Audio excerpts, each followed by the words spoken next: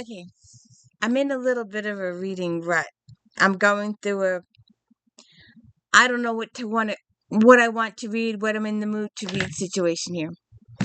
And so I was reading the Monica McCarty books, and the relationship angst it's just, I was over it. There was too much, the misunderstanding, that little obstacle of misunderstanding they gotta get over, or he believes this and it's not true. So she's got to find out that he thinks this thing, and then she's got to fix it, and then they can get together. And it was just. So go watch all those. I did 8. There's still 4 more books to go. I don't know if I'll go back there or not. So then I wanted something a little different. And I had ordered, and paid full price, by the way. $30 is getting a lot for a book nowadays. But I got, Jen McKinley's Hitting the Books. I think it's Hitting the Books. No, Booking for Trouble. Hitting the Books was the other one. Booking for Trouble. And, especially after, I like the library series. I like Lindsay and her peeps. But that Witch's Dubious thing was just, go watch my video. It's just, ugh. So anyways, oh, hey, by the way, welcome to the D. Louise book series. I'm Christina K-R-S-T-I-N-A. This is where I read books, talk about books, no special effects, no demons, none of that fancy stuff going on here. So I wanted some light reading. So I remembered, and I go and look at my own videos and get reading ideas from my own videos. My time travel issue number 2. And was talking about Katie Baker and her series. So there was a tower of books over there, the 2P red pile, and a cat just went fit, and the whole pile just went fit. So anyways, what? Oh, and hey, if you're gonna use a Kindle, use one of these. Oh, did you hear the news about the Kindle the other day? I know it's a little late talking about it now, but I was upset till I realized that my Kindle was too new. It's 10 years old, but it's the ones they're getting rid of are 20, so I'm good. So I went and looked at my own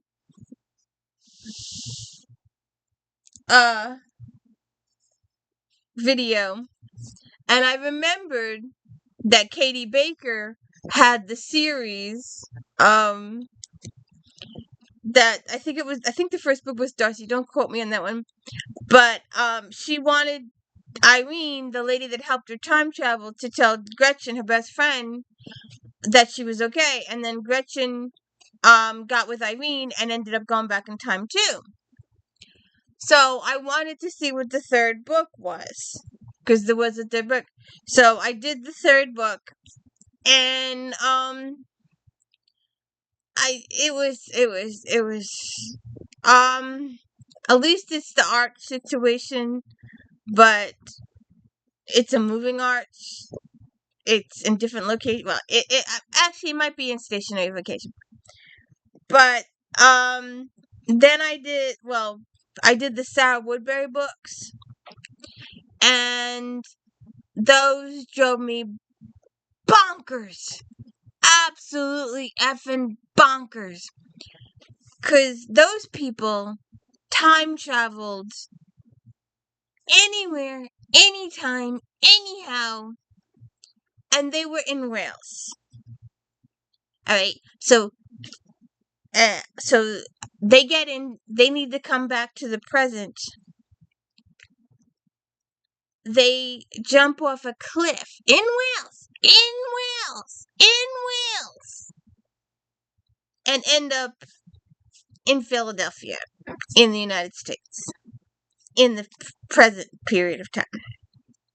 And apparently, the first book they had changed, well, actually the second book, the character had told the guy, "You will die on this date and this time and this place because of this situation." And she ended up accidentally coming back home and landing on the front lawn of her aunt's house. How convenient. And so they changed time. When the kids went back in the second book, they changed time. They altered it. The guy lived. So they discovered in the third, I think it was the third book, then when they went back to the future, they were going back to an alternate timeline. So all the stuff they messed up in the past did not affect their future because it was a different timeline. Go tell that to Outlander. But anyway, and it was just, it was just.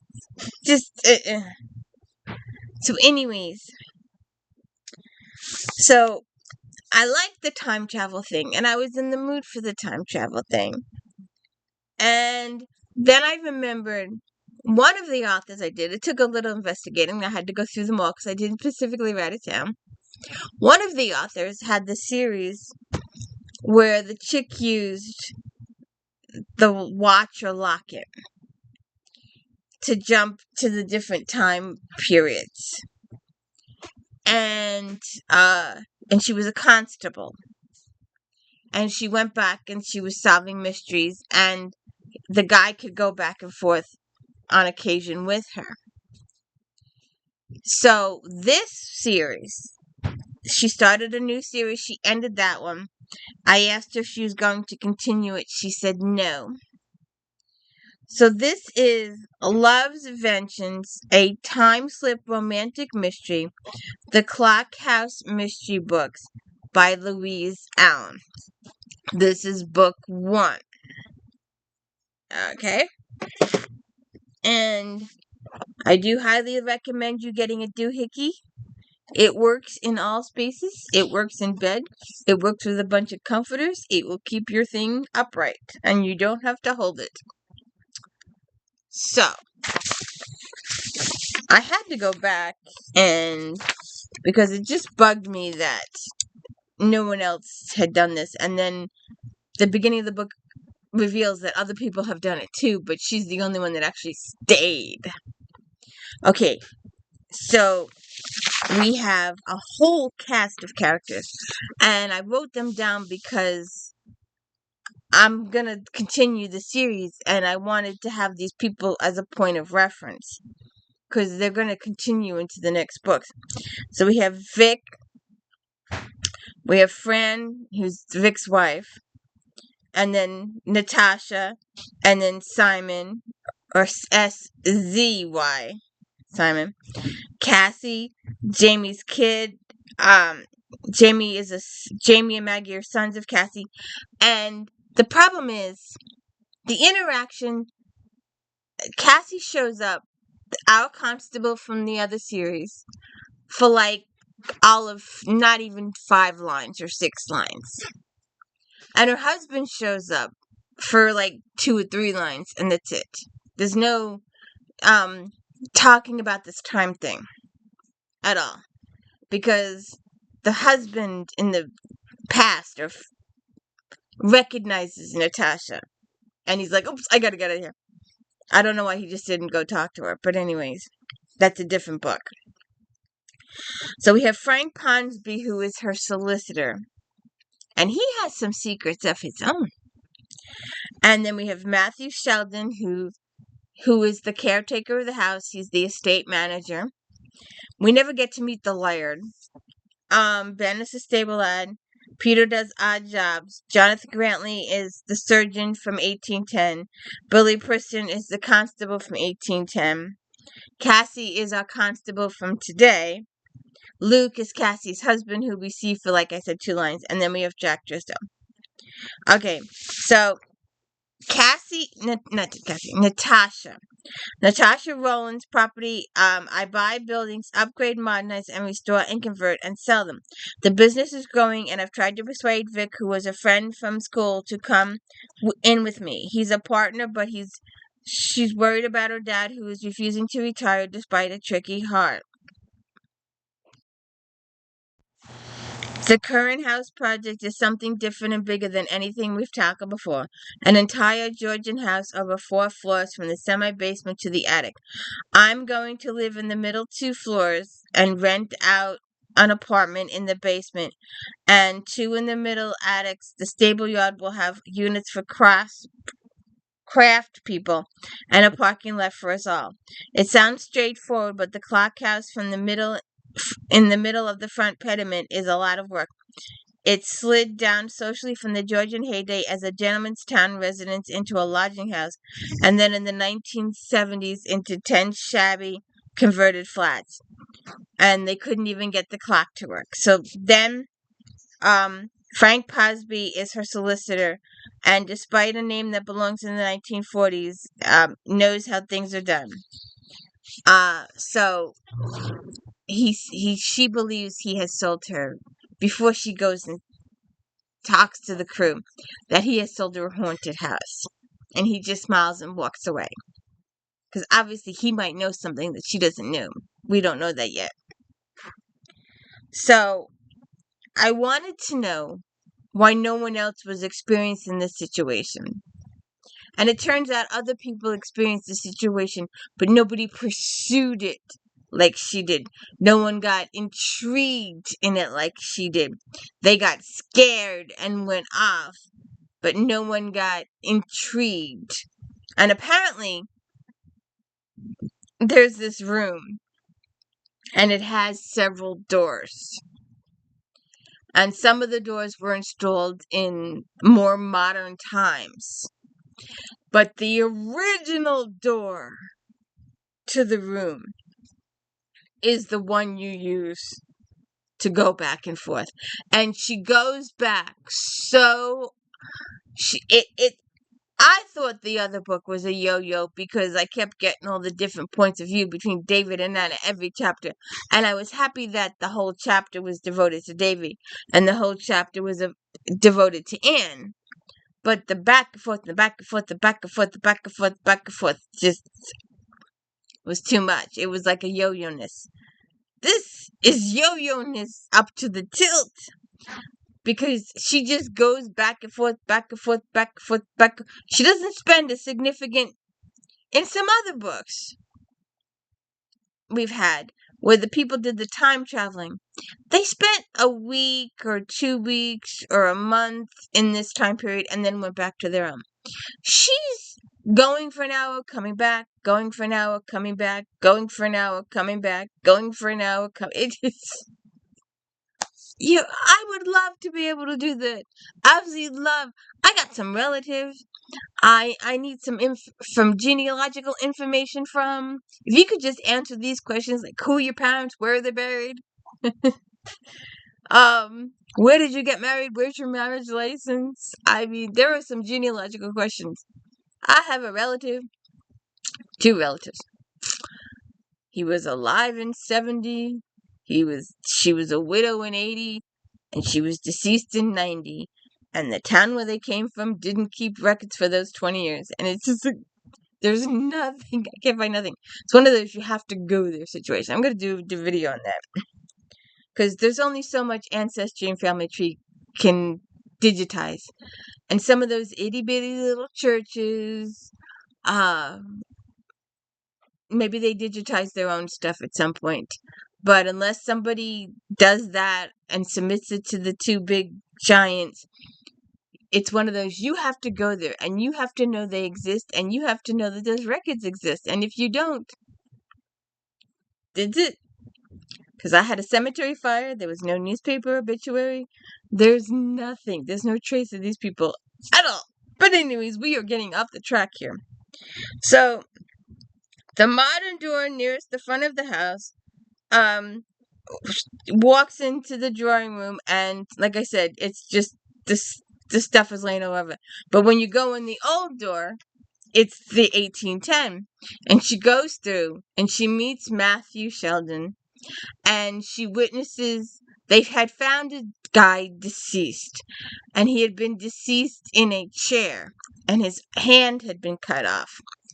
And it's discovered that he was hit over the head and killed and bled out, then tied to the chair, his hand then cut off, then he was untied and left there. And that's where they discovered him, in the chair, deceased. So she gets to help Matthew in investigating what's going on.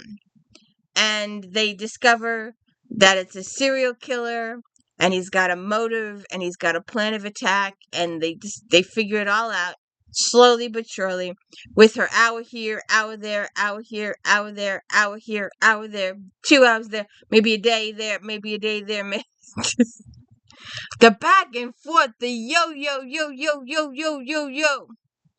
was a little much. It's easy to follow, it's an easy read, but it got to be a little much with the back and forth, and the back and forth, back and forth, back and forth, back and forth. The character was tired because she was doing the back and forth, back and forth, back and forth, and not sleeping much. But it was nice. It would be nice, like I said, to go back, to walk through the door, talk to your relatives, hang out in their time, get all the digital information, and then come home, your air conditioning, your Tylenol, your drugs, your restroom, your shower, your air conditioning, your heating, modern stuff. If you could go back and talk to these people, and then come back, and then go back and spend holiday, it would be awesome if you could do it this way. So they solve the mystery of the serial killer and find out why. It's a little bit of a layered situation. Several people end up dead, and Matthew is pissed off at the beginning because Natasha actually worries about the space-time continuum. She worries about messing up the future. So even though she knows so-and-so is going to die, she doesn't tell Matthew that so-and-so is going to die, because that's how things are supposed to go. And it takes him a while to figure that out, that she's right, that this is the sequential events, and you don't know what you're affecting in the future. Unlike that other series who decided that they were going to change things in the past, and for conveniency, it was an alternate reality. So that even though they changed things in the past, they weren't changing things in the future, because the future was a different alternate reality. But this one, she's sticking with the same reality. So that was kind of good. So in Casey's time, Luke was able to come forward. So Matthew, maybe he does at one point come through for like 5 minutes, not even 5 minutes. So you never know. Maybe he'll be coming through to see her in the next book. We don't know that yet. So we had a little murder mystery. We solved the case. We did a little rescuing daredevil thing. It was multi-layered because, Toby was stressing about something, but Matthew and Casey had to find out Natasha had to find out what was wrong. So I want Casey and Natasha to have a talk, but and compare if they're in the same timelines or different timelines. I'm not sure if it's the same timeline or not. So we'll have to check that out in the next book. But anyways, so Love's Vengeance, time-slip romantic mystery, the Clockcast Mysteries, because the name of the house that she goes back in time to is the Clock House. So we'll see what happens. My gal pal here is asleep. So anyways, hey, do me a favor, don't forget to check out Star Trek Next Generation recaps on Friday, and Star Trek Voyager recaps on Friday, and If Then. Like I said, I use my own If Then to get ideas for the reading materials. If you like this author, you might like that one. And of course, Unboxing Sundays, and of course, Flashback Mondays, and my daily book reviews. And every night at 7:45 on the D. Louise Book Series channel, we're talking Diana Gabaldon's Echo in My Bone, written in my own heart's blood, or Go Tell the Bees That I'm Gone, depending on when you're tuning in. And if the new book has come out by the time I finish Bees, we will go into the new book. If it has not come out, then we will go and start over with Outlander. I started in season um the end of season. I started with Echo and the Bone towards the end of the book because I had finished binging all 7 seasons, and so then I started the books where season 7 ended and proceeded forwards. So, like I said, if the new book hasn't come out and there's been no word of any kind that it is coming out, then we will go back and do Outlander. Have a good one.